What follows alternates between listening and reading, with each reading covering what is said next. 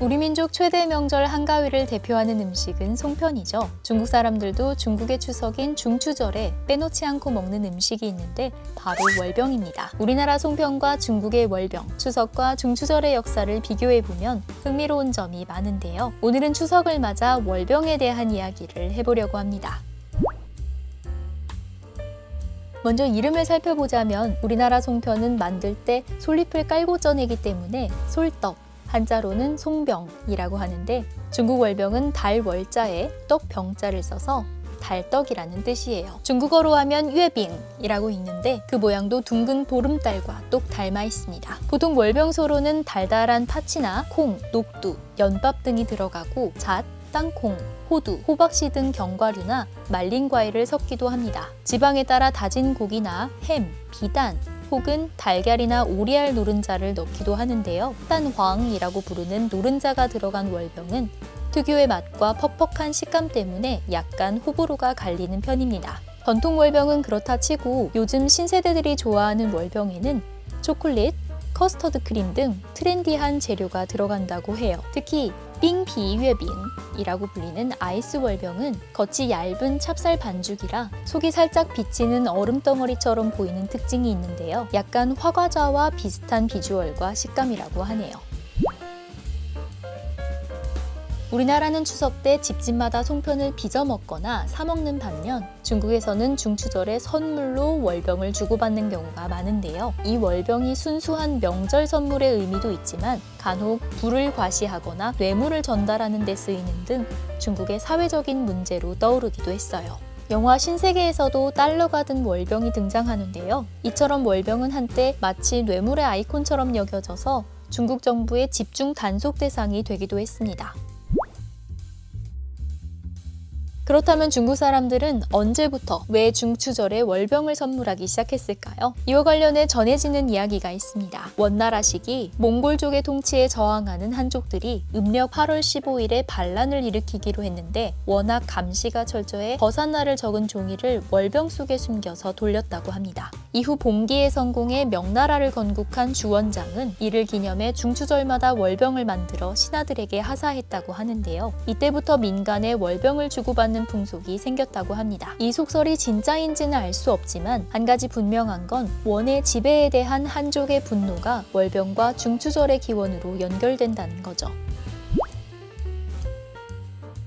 음력 8월 보름날은 한국의 추석, 중국의 중추절, 일본의 오츠키미, 베트남의 떼쭝투처럼 여러 아시아 나라의 공통된 명절인데요. 보통 중국에서 흔히 주장하는 것처럼 중추절도 중원 지역에서 생겨나 주변 나라로 퍼졌다고 생각하기 쉽지만 이는 전혀 사실이 아닙니다. 나라마다 기원이 다른데 그 중에서도 중국의 중추절은 역사가 좀 짧습니다.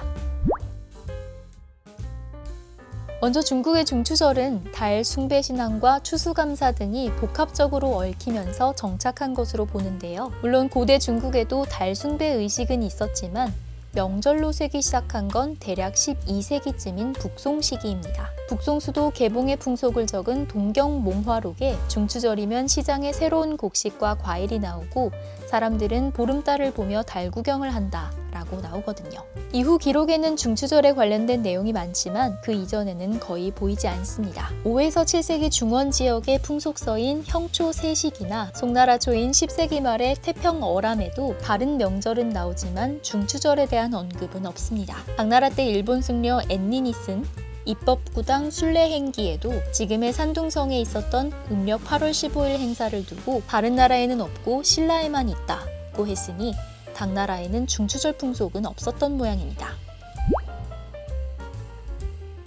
중추절에 월병을 먹기 시작한 것도 북송시대 이후로 추정됩니다. 실제로 문헌에서 월병이 등장한 건 남송 시기인 13세기 말이기 때문입니다. 이 무렵 문헌인 무림구사와 당시 남송의 수도였던 지금의 쩌장성, 항저우 지역의 풍속을 적은 몽양록에 월병이 등장합니다. 남송 시기가 돼서야 월병이라는 이름이 굳어진 것으로 짐작할 수 있는 대목이죠. 그 이후 14세기 후반 원나라 말 명나라 초 때 중추절과 월병이 명절과 명절 음식으로 확고하게 자리 잡았다는 게 가장 유력한 설입니다.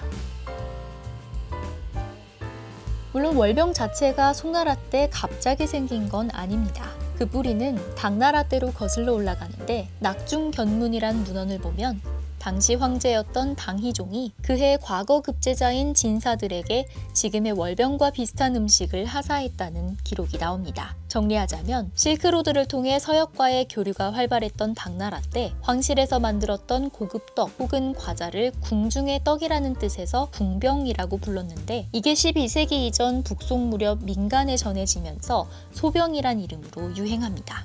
북송 때까지 월병이란 이름이 문헌에 나오지 않았던 이유이기도 합니다. 그러다가 유명한 송나라 시인인 소동파가 이 소병을 먹으며 마치 달을 씹는 것 같다고 노래하기도 했고 마침 이 시기 중추절이 명절로 자리 잡으면서 소병은 보름달을 감상하며 먹는 떡, 둥근 모습이 마치 보름달을 닮은 떡인 월병으로 불리기 시작한 거죠.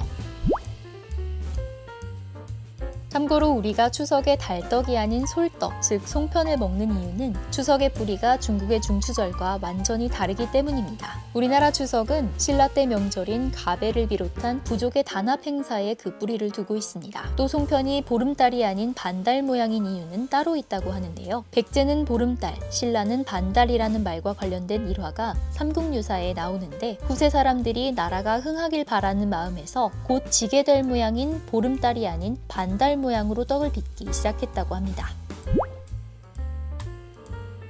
다시 월병으로 돌아오자면 월병을 선물하는 풍속에도 나름의 배경이 있습니다. 월병의 기원이 당나라의 궁중 음식인 궁병 또는 서역에서 전해진 고급 간식이었던 만큼 단순히 식품의 의미보다는 하사품이나 답례품으로서의 가치가 컸습니다. 그리고 월병의 둥근 모양에도 의미가 있는데요. 중국에서는 둥글 단자와 둥글 원자를 써서 화합과 단합이라는 뜻의团圆 이라는 말을 명절에 자주 쓰는데 둥글둥글한 월병 자체가 바로 이 단원의 상징인 셈이죠. 올 추석에는 쫄깃쫄깃한 송편과 함께 화합의 의미를 담은 중국 월병을 같이 먹어보면 어떨까요?